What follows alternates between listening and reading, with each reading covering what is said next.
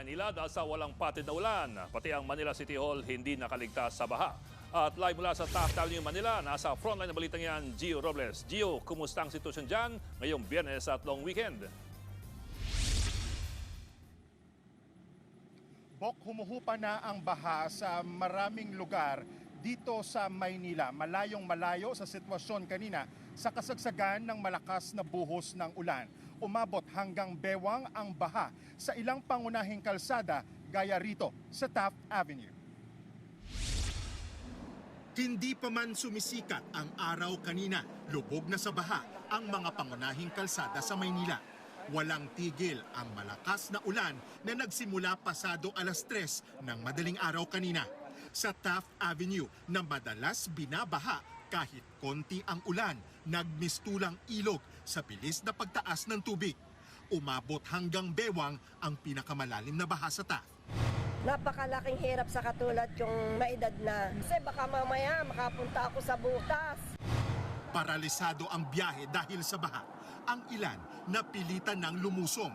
Ang minamanehong motorsiklo ni Rolito nalubog daw sa tubig. Kaya hindi niya napigilang uminit ang ulo. Ang masasabi ko, tingnan mo naman ba yung bao? Asa na yung flood control natin? Nabulsa na. Pati nga ang loob ng Manila City Hall, pinasok na ng tubig. Maingat ang mga empleyado, lalo't gawa sa tiles ang sahig kaya madulas. Pinahari ang loob ng Gymnastics Association of the Philippines o GAP sa Intramuros Training Center. Basa ang mga gamit na rubber mat. Tulong-tulong naman sa paglilimas ang mga nandoon. Pahirapan ang pagsakay sa jeep at bus na halos walang biyahe, kaya dagsa ang mga pasahero sa LRT. Suspendido ang klase sa Maynila simula tanghali kanina, kaya maraming estudyante ang inabutan ng ulan at baha. Natanggal na po ako ng sapatos. Ako. Kasi lalambot po yung sapatos ko. Sira? Opo, masisira. Si Zai, napilitang buhatin ang anak na naka-wheelchair. Galing sila sa Philippine General Hospital para magpa-check up at pauwi na raw sana sa Tondo. Papunta pa lang po, binuhat ko na. Tapos yung wheelchair po ng anak ko is pinatula ko na lang sa mga taong concerned citizen.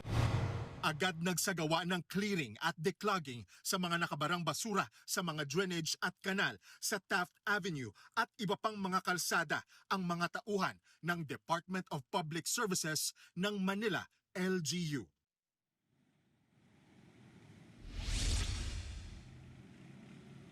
May pagkonting ambon tayong nararanasan sa mga oras na ito as of 6:30 p.m. Pero kung mapapansin nyo sa likuran ko ay wala ng baha. Ito yung kahabaan ng Taft Avenue sa panulukan ng United Nations Avenue. At dahil nga sa masamang panahon ngayong araw ay may palibreng sakay sa LRT 1, LRT 2 at MRT ayon sa Department of Transportation. Bok.